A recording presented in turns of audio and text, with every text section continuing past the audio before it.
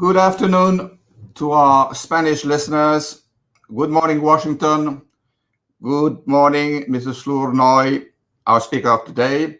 Good afternoon, Mr. Tribble, the Chargé d'Affaires of the U.S. Embassy in Madrid. I am Manuel Alabart. I am the Secretary General of INCIPE, which is a Spanish think tank based in Madrid. We continue today our video talks on the role of the U.S. in today's world within the series on world powers of INCIPE. These talks began in January with former NATO's Secretary General and former European Union's High Representative for Security and Foreign Affairs, Javier Solana, and will come to a close at the beginning of May with the participation of former Spanish Defense Minister Eduardo Serra. So I'm very pleased to greet today an outstanding personality of the U.S. defense and security establishment, Mrs. Flournoy, who will be introduced to our audience by the head of the U.S. Embassy in Madrid. But before giving the floor to Mr. Tribble, I will give it to Vicente Garrido, our Director General, who will give us the details of how this video conference is going to proceed. So Vicente, you have the floor. Thank you, Ambassador. Thank you, Manuel. And thank you also to the Embassy of the United States to Madrid because of the support in organizing this event today. And thank you, of course, Michèle Flournoy. Well, it's as usual, you can send your questions through YouTube, through the web chat in YouTube, and you can also use pose your question through Twitter. Remember the hashtag in Spanish, grandes potencias EE.UU. At the end, I will collect all your questions, or as much as possible, but remember, we will conclude after 1 hour, and we will be very, very strict on it. And I kindly remind you to send your questions as soon as possible. So thank you very much. Then the presentation of Mrs. Flournoy will be done by the Chargé of Affairs of the American Embassy, or United States Embassy to Madrid, Mr. Conrad Tribble. Please, Conrad. Hello, everybody, and thank you again, Ambassador and Vicente. It's great to be back online with our friends at INCIPE. Today, I have the pleasure and the honor of just introducing our expert. Michèle Flournoy is one of the United States' leading experts in defense and security policy. She brings a wealth of expertise, both as an intellectual and as a policymaker in the arena, so to speak. And she's really been one of our leading lights over the last couple of decades. She's now the managing director or managing partner of WestExec Advisors, a consulting firm that she founded or co-founded a few years ago with Tony Blinken, who's now the Secretary of State. She co-founded and was the chief executive officer for a very influential think tank, the Center for a New American Security. And she has also served at the highest levels of government as Undersecretary of Defense for Policy in the Pentagon from 2009 to 2012.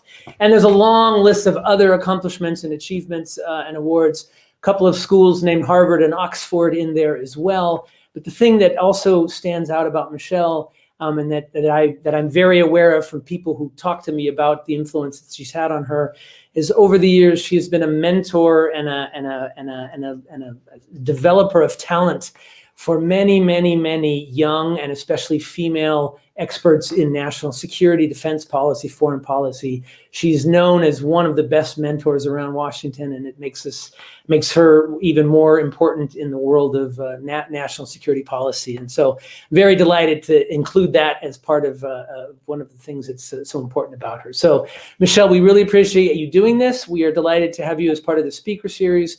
We look forward to hearing from you and hearing sort of the perspective of Washington on defense policy. And I'll turn it over to you. Thank you.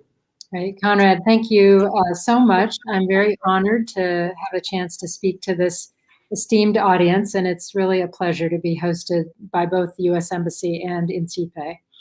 I understand that you're having a larger discussion, a larger series on the role of global powers in the international community. And I think the topic is incredibly timely because we're really shifting from a period where we've been predominantly focused on missions like counterterrorism and weak and failing states and instability.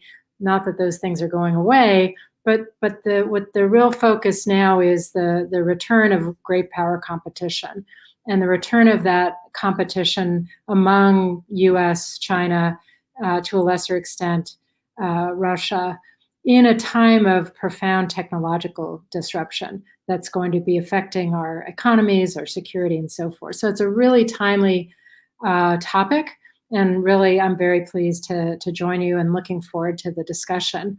I'm going to just make some introductory remarks up front and talk about three key things to set the table. One is the likely defense priorities for the Biden administration.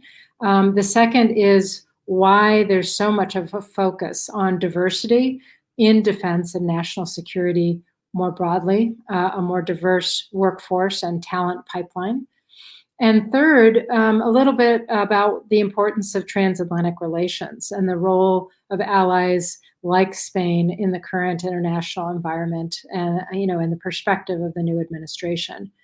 So let me start with some of the defense priorities. The Biden administration is really, as I said, taking office at this inflection point where there's really a shift of greater focus on great power competition that is multidimensional, economic, technological, ideological, and military.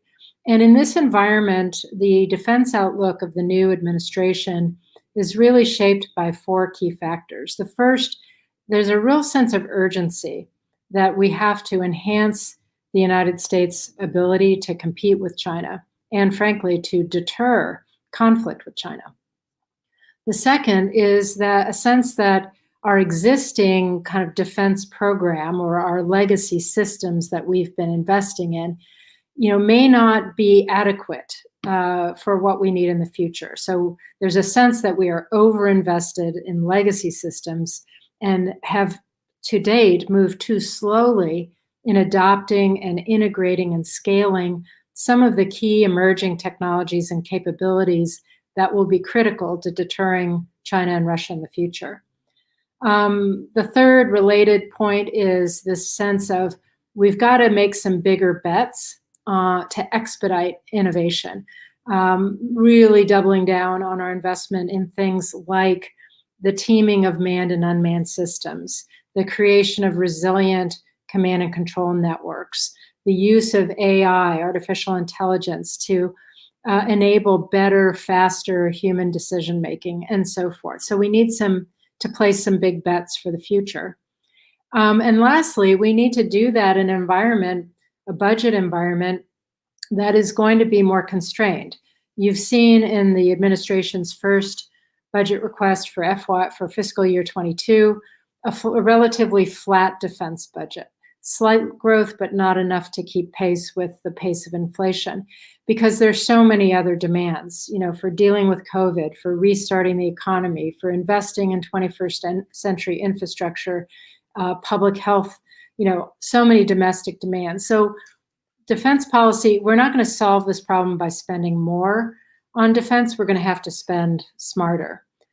So I do think that there'll be some continuity in the sense that when the administration turns to defense strategy, there'll be some certain things that will remain operative, if you will. The objectives of really focusing on strengthening our alliances and partnerships will be a core element of this administration's defense strategy. The emphasis on reforming the department to improve performance will be there. And the sense that we've got to become more efficient in deploying our resources to those key technology areas that will give us the edge, in the future. So the administration will go through a defense review. It will generate a strategy, I'm guessing, towards the end of this year, the beginning of next year. But what we have seen in the meantime, as I mentioned, is the president's first defense budget, which does kind of suggest some of the key priorities that we can expect. The first is, again, a focus on deterring China. The budget request explicitly prioritizes the need to counter the threat from China as the Defense Department's top challenge. And again, specifically points to the role of allies and partners in achieving these objectives. The second is preserving and enhancing the United States technological edge. We have the best military in the world, but unless we continue to invest in new technologies and their adoption, we're going to lose that edge over time. It will atrophy. And so you'll see in the budget a prioritization of investment in defense research and development, testing and evaluation to help speed the development of these next generation capabilities. And then the third theme is making some hard choices. The department is going to have to divest from in some legacy areas in order to free up resources for strengthening our work with allies, for strengthening our investment in new technologies. And so there's a divestment element of the agenda, which is obviously usually the most controversial part of the program, especially when it comes to getting Congress on board to support the new direction. So the last thing I'll mention as sort of a new areas of emphasis from this administration are really promoting climate resilience and energy efficiency, not only nationwide, but really thinking about the Department of Defense as a platform for those objectives. And so very clear that the administration wants to make U.S. military installations climate resilient, invest in the necessary research and development to enable this, and mitigate the effects of climate change. I think the second piece that is a big theme is doubling down on the department's greatest asset, which is its people. And the administration is very much committed to tackling some of these challenges like sexual harassment, discrimination, and some evidence of extremist groups recruiting members of the military for their ranks. So with that as kind of an overview, I want to turn to talk a little bit about why there's such a priority in enhancing the diversity of the DoD, of the U.S. government workforce in general, but in DoD in particular. And I think the first thing I would say is, when you are looking at defense of a democracy, it's really important that the cohort of people who are in charge of defense and executing defense really looks like the population that they are sworn to protect, the population that they are serving. And while we have certainly made progress in some areas, like the inclusion of more and more women in this field, there's a lot of work to be done, to get to a much more diverse population or a much more diverse workforce. The second argument for putting an emphasis on this is that if you look at all of the business literature, the articles in Harvard Business Review, for example, it's very clear that the more diverse a leadership team is, the higher the performance of the organization. There's tons of studies which have actually documented that the diversity brings diversity of perspective and better decision-making, and that actually affects the bottom line of organizational performance. And I've definitely witnessed that myself, around the Situation Room table in the White House in the Obama administration. And so the Biden administration is making great strides in appointing a very diverse cohort of leaders to senior positions in the Department of Defense. You all have seen, we have the first African-American Secretary of Defense. We have the first woman Deputy Secretary of Defense. I had held the honor of having been the most senior woman, and now we have an even more senior woman, Kathleen Hicks, as the deputy, and that's just great progress. You've seen President Biden nominate 2 female 4-star generals to be combatant commanders of Transcom and Southcom going forward. So, there's really a serious effort being done here, as well as an internal task force to really understand where we're falling short, why are we falling short. For example, our officer corps is not as diverse as the civilian population. Why is that? Where are the barriers? How can we remove them?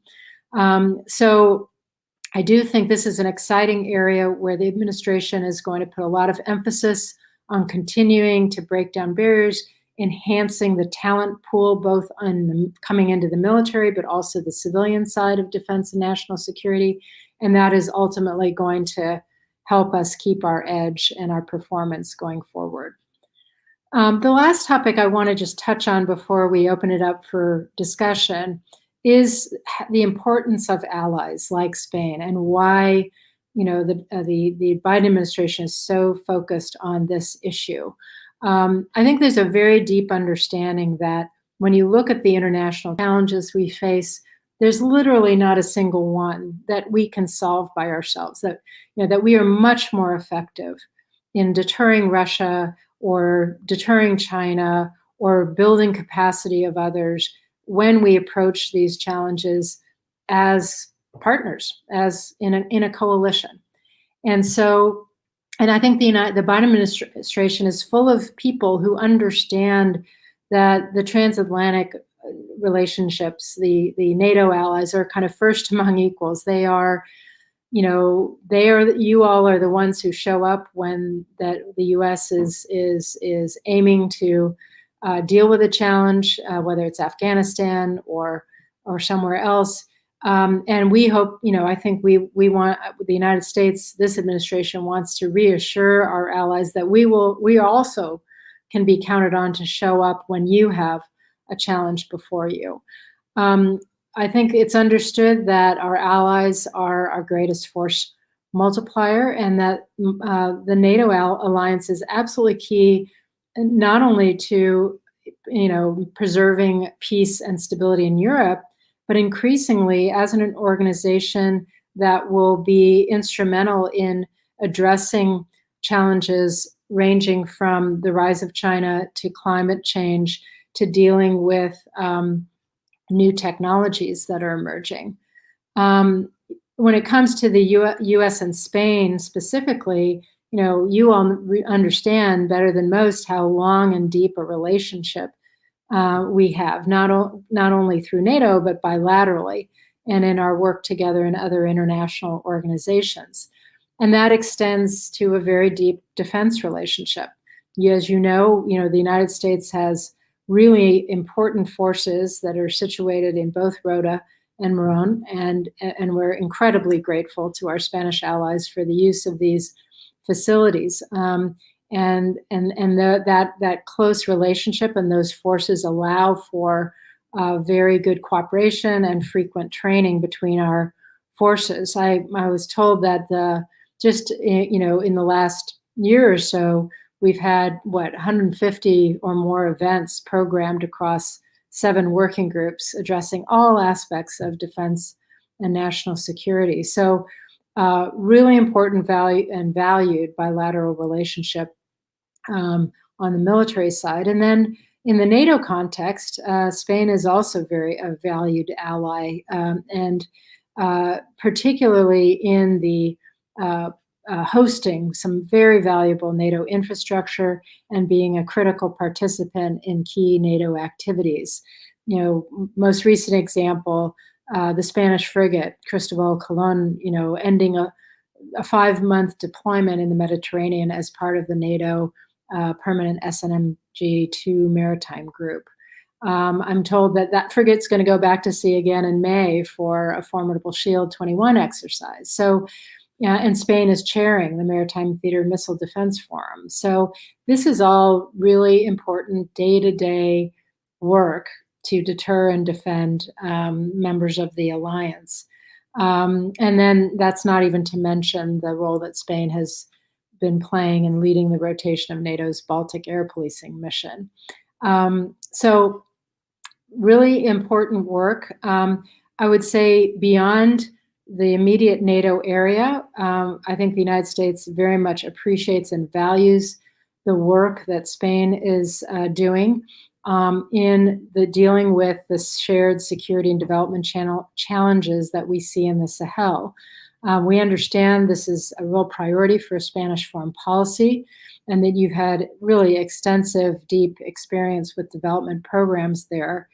And just last month, I know our State Department announced $80 million in humanitarian assistance to help respond to the crisis in the Sahel. And this was made, at a meeting with you all at the Coalition for the Sahel. So, these are all examples of activities where the US and Spain are sort of joined together, working to promote peace and stability in the transatlantic community, but also beyond. And I think it's, again, you have an administration in office now that really appreciates the value of that deep cooperation across the board.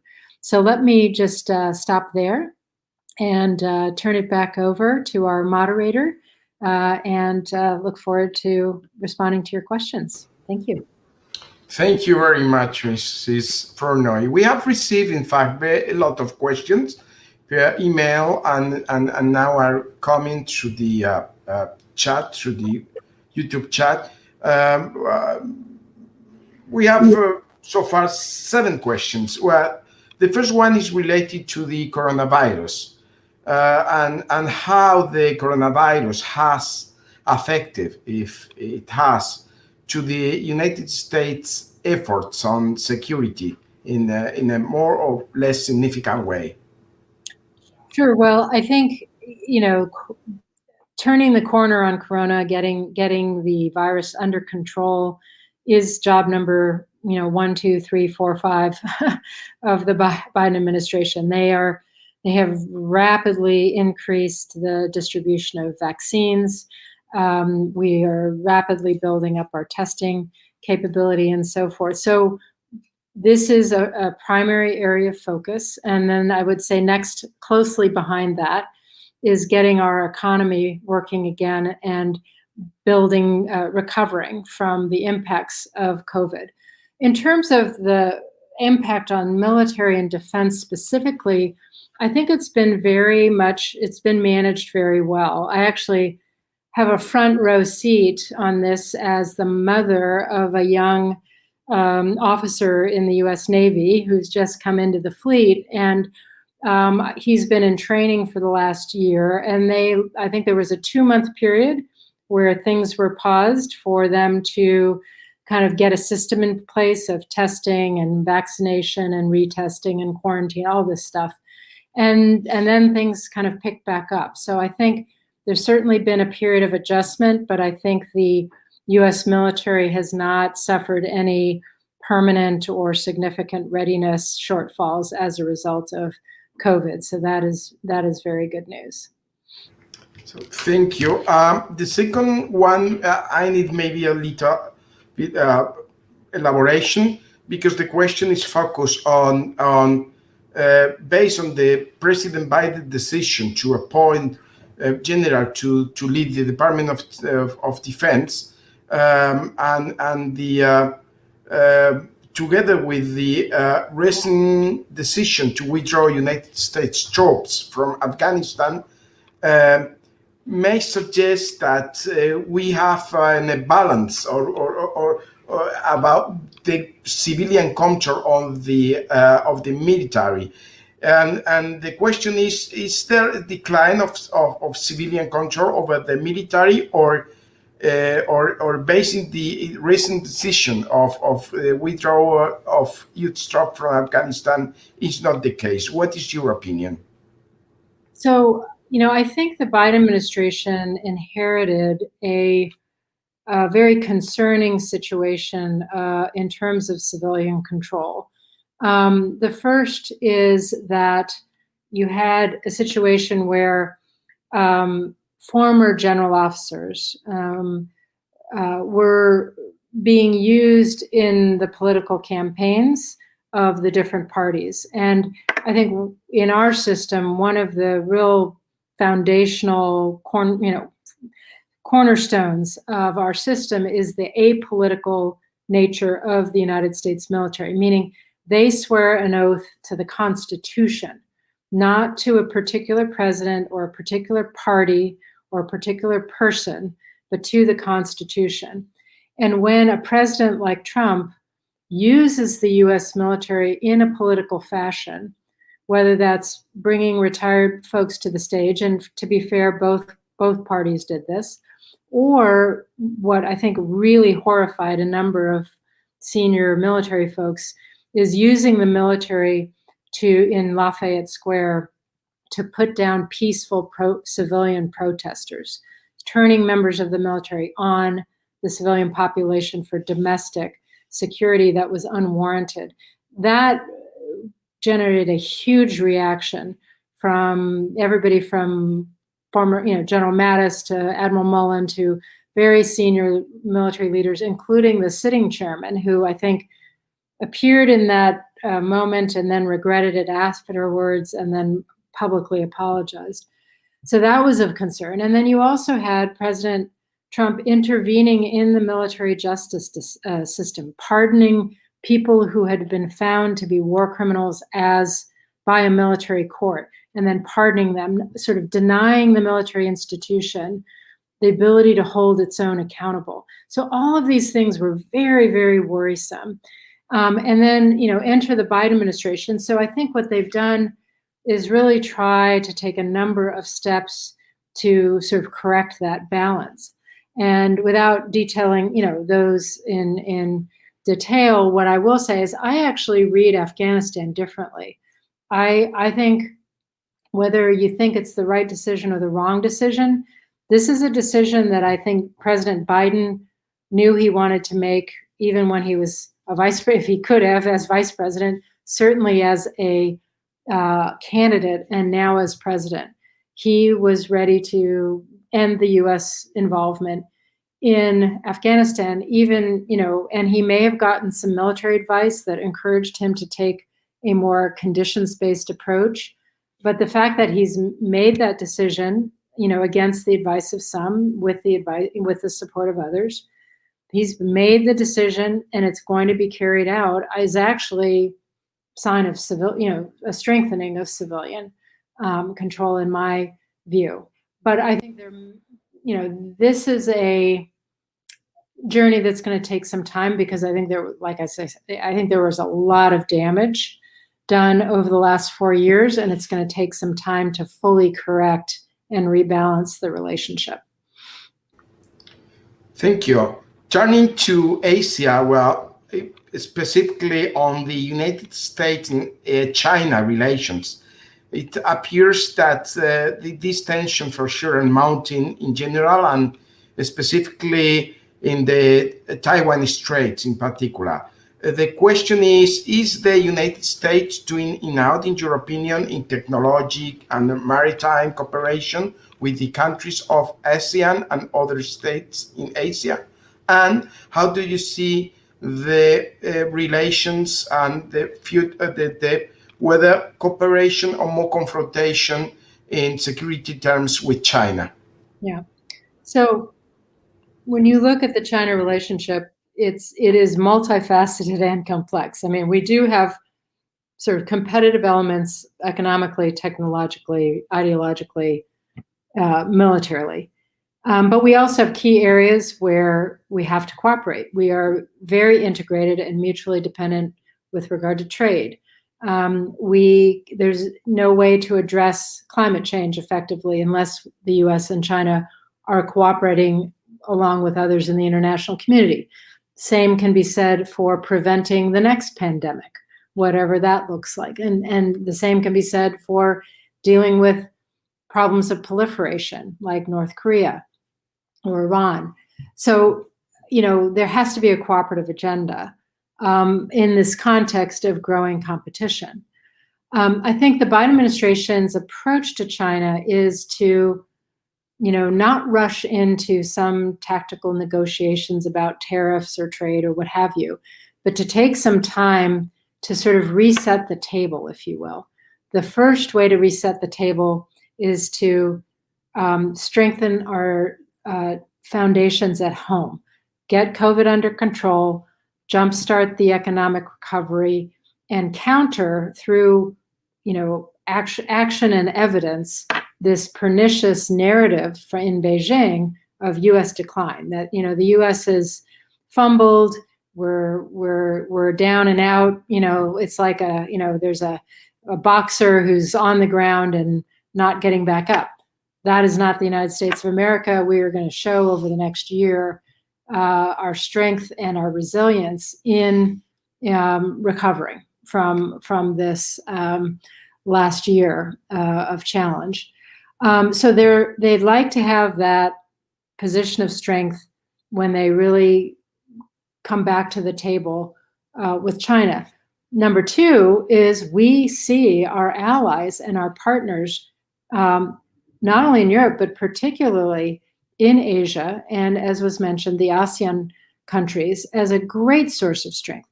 You see the administration's first big diplomatic initiative was a meeting of the Quad, bringing together Australia, India, Japan, with the United States to talk about everything from COVID response to how do we deal with China.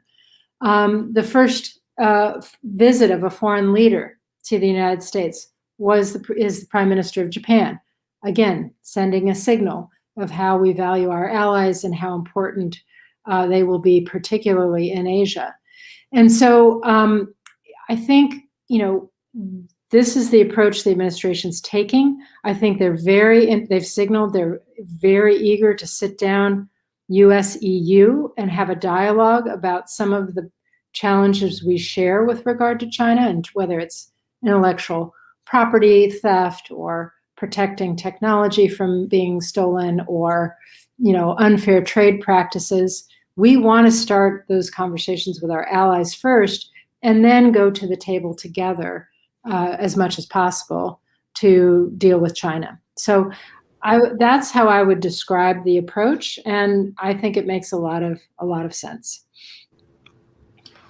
So thank you. Far more difficult still, because it's not only now about China, but China and Russia together.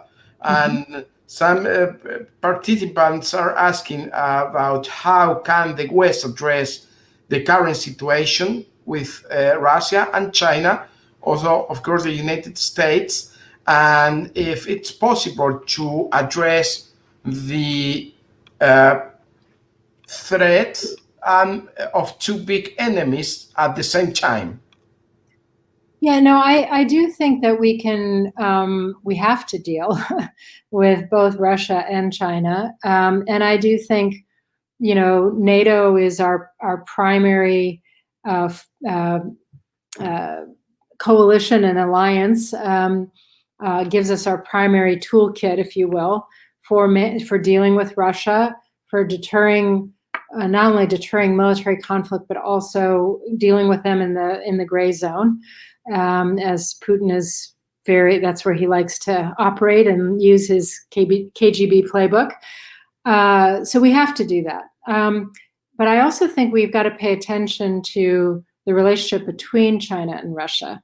And I think right now it's largely a sort of marriage of convenience. When it suits them, I don't see a lot of deep cooperation. The things they announce at their summits always sound much bigger than they actually are in practice. But I do think we have to keep a careful eye on these two powers, because when they do, show up together arm in arm, it's a much more difficult challenge for us to deal with than if we're dealing with them separately.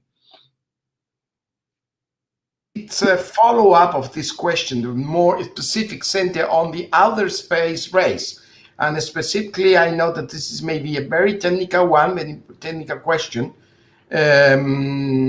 It's the reaction. It's do you see some reaction from the United States Space Agency regarding the China and Russia alliance, strong alliance on the space race, especially in sharing technologies, objectives? Yeah. So I think, on the commercial, side, there's going to be a lot of competition for space companies for launching systems, building satellite communication satellites, etc. That's healthy and for the most part fine, and space can continue to be an area of cooperation. Such, even in these difficult times, we've been able to continue to cooperate on this International Space Station together for a while, for example. But I think on the military or defense side of the house, we're seeing much more aggressive Chinese and Russian action in terms of putting capabilities in space or developing terrestrial capabilities that can be launched into space that really sort of make space more of a battlefield in the future. Russian doctrine, Chinese doctrine both talk about early actions in space to try to prevent the US and its allies from being able to see, move their forces, navigate, communicate, target, strike, etc. So they see the cyber domain and the space domain as early areas to try to cripple any US or NATO or allied response to aggression that they may launch. So I think that understanding and seeing not only Russia and China talk about it, but them actually starting to field systems of concern with anti-satellite capabilities as part of what's generated a greater focus on defense of space, well, situational awareness of space and defense of space-based assets on the part of the United States. So the establishment of the Space Defense Agency, the establishment of the Space Force to organize and train and equip those who will serve in Space Command. This is all in response very much to this system, to this situation where space is becoming more of a domain where we have to pay attention in terms of deterring and defeating aggression from others. Thank you so much. Well, going now to the two proliferators concerns that you mentioned in your presentation. As you guess, now we are going to speak about Iran and North Korea. Regarding, as you know, President Biden already announced as one of the first measures, just starting his mandate, the decision of the United States to rejoin the JCPOA, the Joint Comprehensive Platform Action with Iran.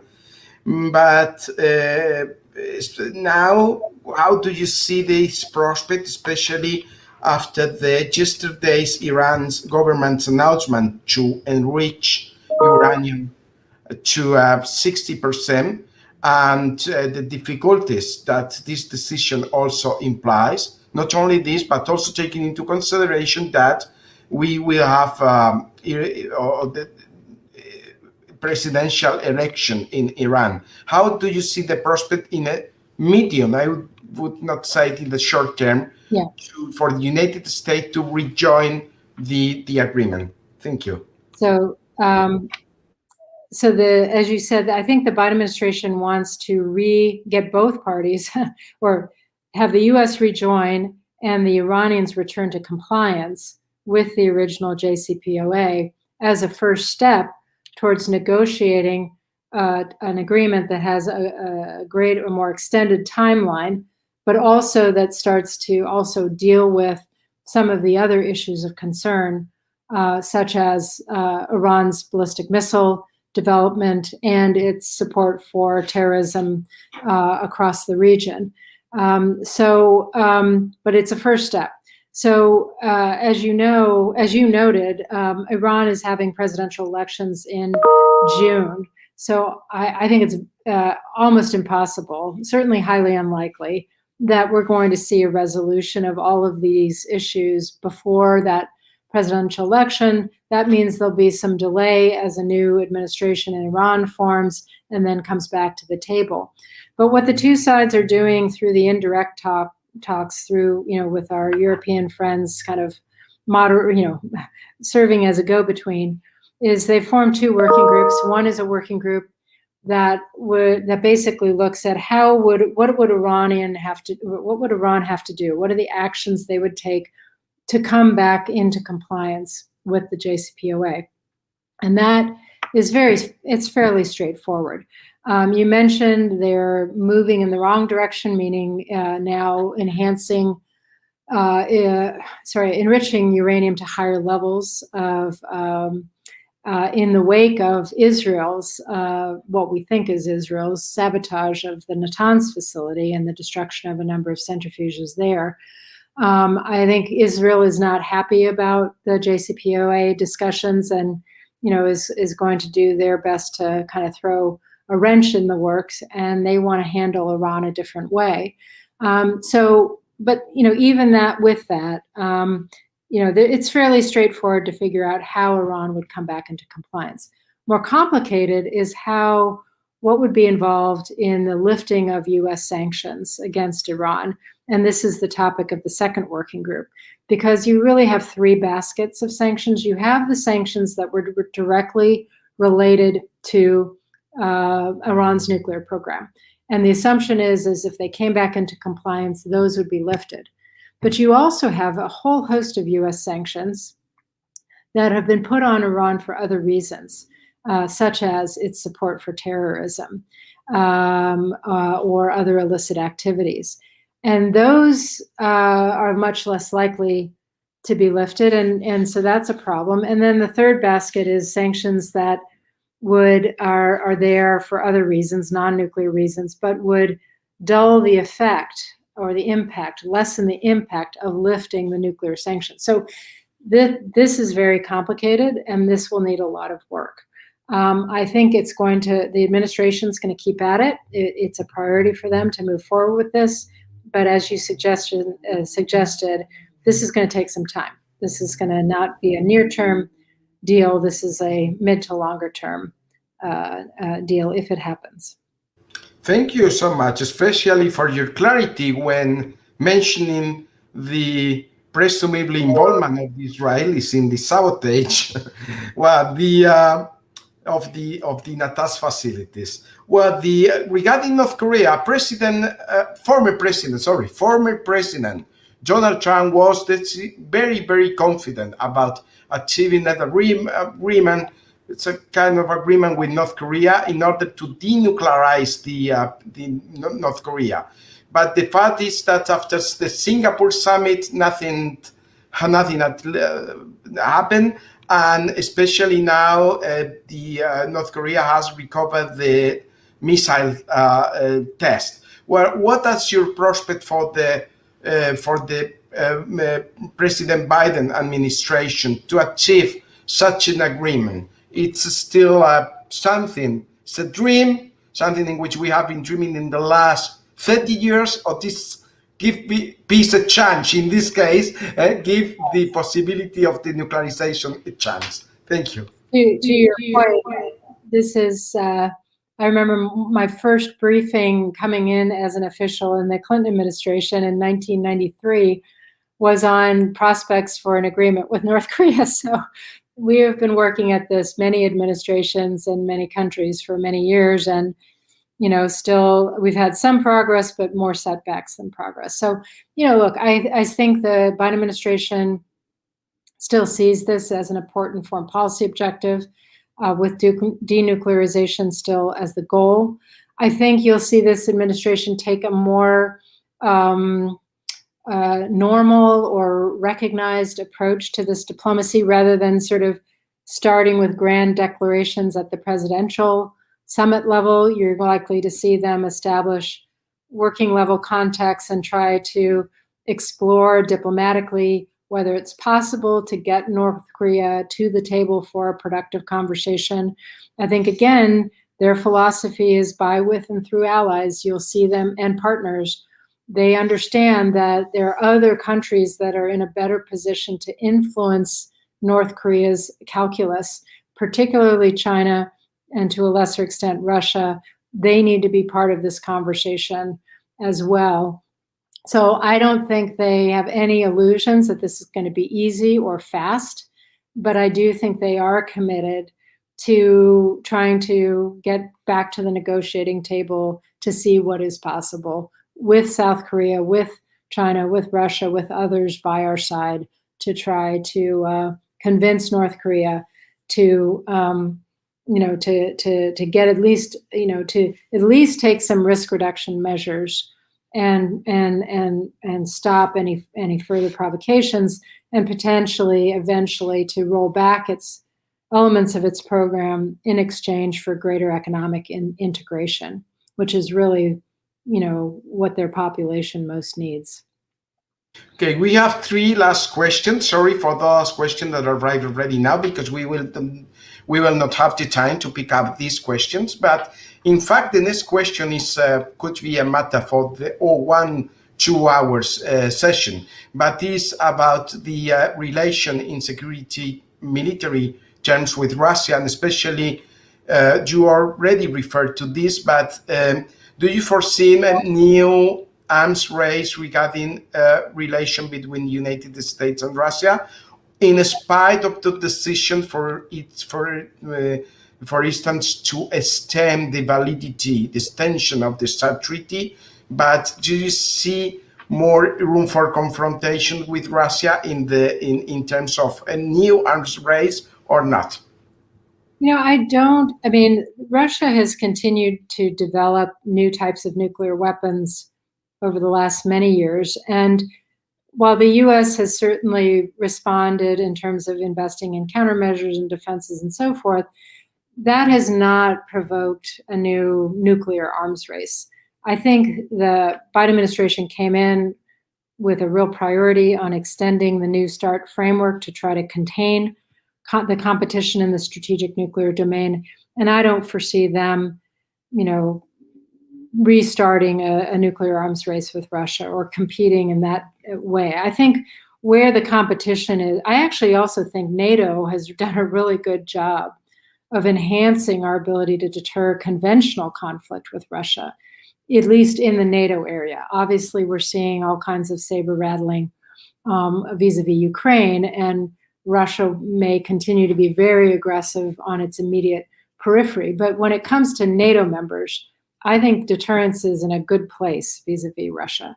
Where we're going to see increased action, and we're already seeing it, is in the gray zone, in cyber attacks like SolarWinds, in use of propaganda, the exploitation of social media to sow division and make complicate the politics across our democracies.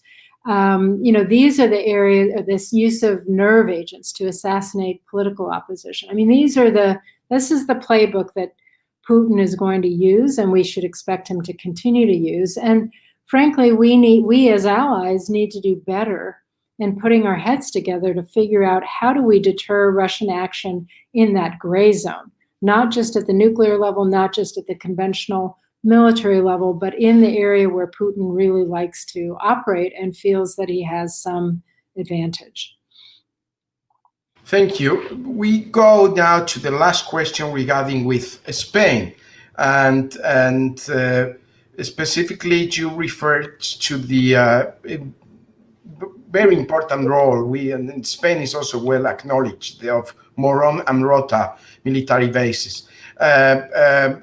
The question are related with do you think what are the role of these two military bases, and especially if you think that the two bases, Rota and Morón, improve the role in the Sahel area, bilateral action, United States, Spain, in case of this, or what? Yes, no, I mean, I think they're absolutely critical. I haven't heard anything but appreciation for the importance of those facilities. I think, as the U.S. defense team gets in place beyond, the secretary and the deputy, you will see people like, whoever comes in, the nominee for my old job, engaging on this issue, various assistant secretaries engaging on this issue to make sure that we do renew our cooperation and extend our work together.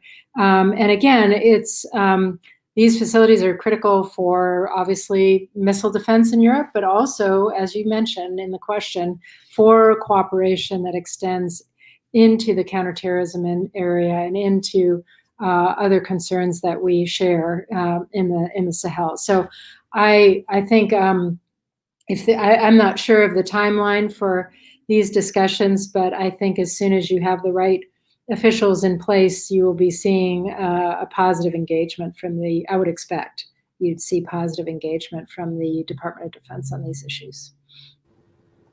Well, it's the last, well, in fact, we have still time for two. This question is related with the, I will let the last one related with the Spanish and United States agreement, but we have still one more.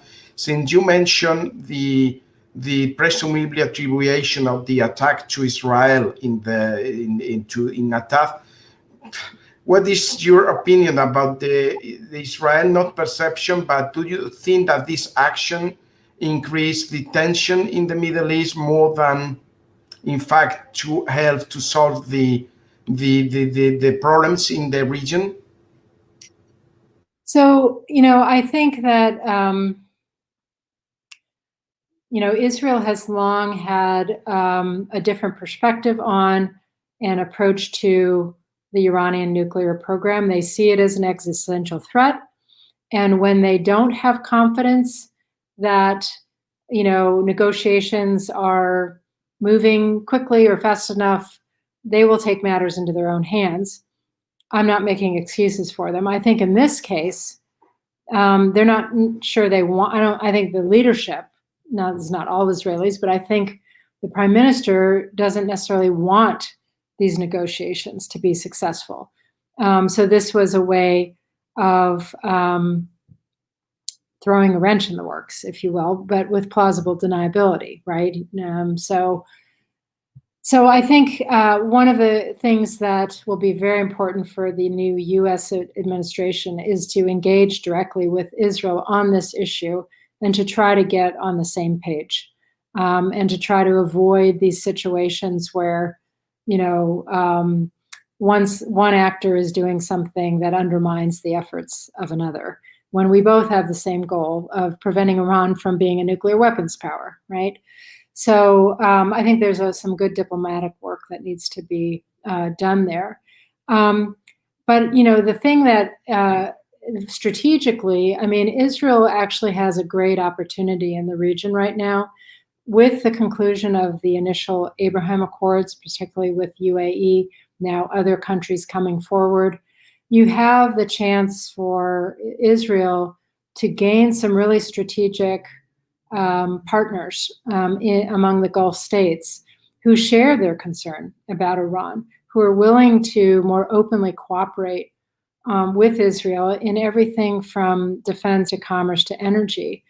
But they could they could limit that opportunity by taking actions that the Gulf Arabs can't possibly condone or approve, whether it's accessing Palestinian land unilaterally or undertaking actions that may require a negative response from the Gulf states. So I think they have to navigate. They have a real opportunity, and I think they have to be thinking more strategically than tactically in terms of how do they really move towards a positive realignment within the Middle East.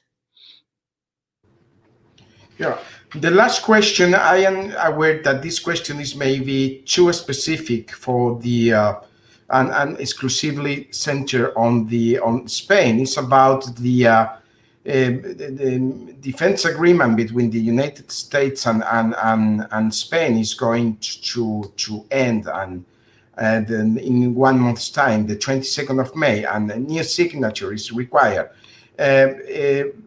What aspect would you like to highlight, maybe? And in this case, maybe I should remember here that we have the advantage of having here the chargé of Affairs of the United States Embassy to Spain, Mr. Tribble, that maybe want also to intervene at the last moment and to add something. Yes, of course. I don't know the details of the negotiations about the agreement because I'm no longer in government, but I would say, as I have, the U.S. bilateral relationship with Spain, particularly in the defense areas, absolutely critical. It's appreciated, it's valued. We want to build on the success we've had so far.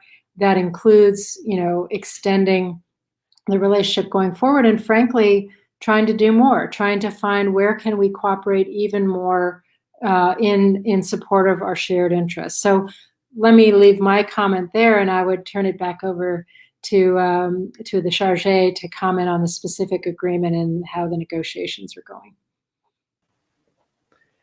Hi, thank you. It's actually a very easy and quick answer. The agreement, the most recent update was 8 years ago. It was agreed that it would run for 8 years and then be renewed automatically every year unless either of the parties requested a renegotiation for whatever reason. So in fact, that first 8-year period does run out this year, but it will automatically renew. There's no negotiation that has to take place. So neither the Spain or the U.S. government has indicated a need to renegotiate it. We're both very happy with the cooperation. And if the time comes when some change is needed because of changes in force posture or anything else, then we have a process in place to renegotiate it. But never fear, the agreement is automatically renegotiated and or automatically renewed until and unless one party decides to request a renegotiation. Some good news to end on. Very much, Mrs. Flournoy, and especially for having passed successfully, I would say, this lot of questions, lot of very, very not easy questions, but I think you pass with big success this exam, if I may say that. And let me also thank in the name of the two co-organizers of these events, two partners, not only INCIPE, but also the Spain United States Council Foundation, with whom we organize this event today and the rest of the events that we have been organizing in the last 2 months. And thank you also, Conrad, for your support for being with us today also. And now, please, I have only to pass the microphone, in this case, to Ambassador Alabart, Secretary General of INCIPE, for closing this event today. Thank you so much. Thank you very much, Mrs. Flournoy, for a most interesting talk. I really appreciate the clarity of your ideas and I would say the neatness of your expose. I do so in the name of INCIPE. Please accept our thanks. In the name also of the foundation of the US-Spain Foundation, which is the co-host of this event. And of course, I would like also to express my thanks to the American Embassy in Madrid and to the chargé, Mr. Tribble. Please, I hope that you will be again our speaker in the future. I hope you will consider yourself from now on a friend not only of the Council, the US-Spain Council, but also of the INCIPE, of our think tank. Our next event in this series, I would like to tell our viewers, will be next Thursday, April 22. We will have here Ms. Amanda Mars, which is the US correspondent of Spanish newspaper El País. She is based in Washington, D.C., and she will give us an overview of the role of the US media since President Joe Biden took over as president. And finally, as I said at the beginning, on May 6th, these talks, this series on the US will come to a close with the presence and the participation of Eduardo Serra, former Spanish Minister of Defense, who also happens to be the honorary president of INCIPE, of my think tank. So thank you very much to all of you. Please take care, fight against the virus as if it still was a dangerous enemy. Until it's defeated, it's not defeated. So take care and hope to see you soon. Adios. So long to all. Thank you.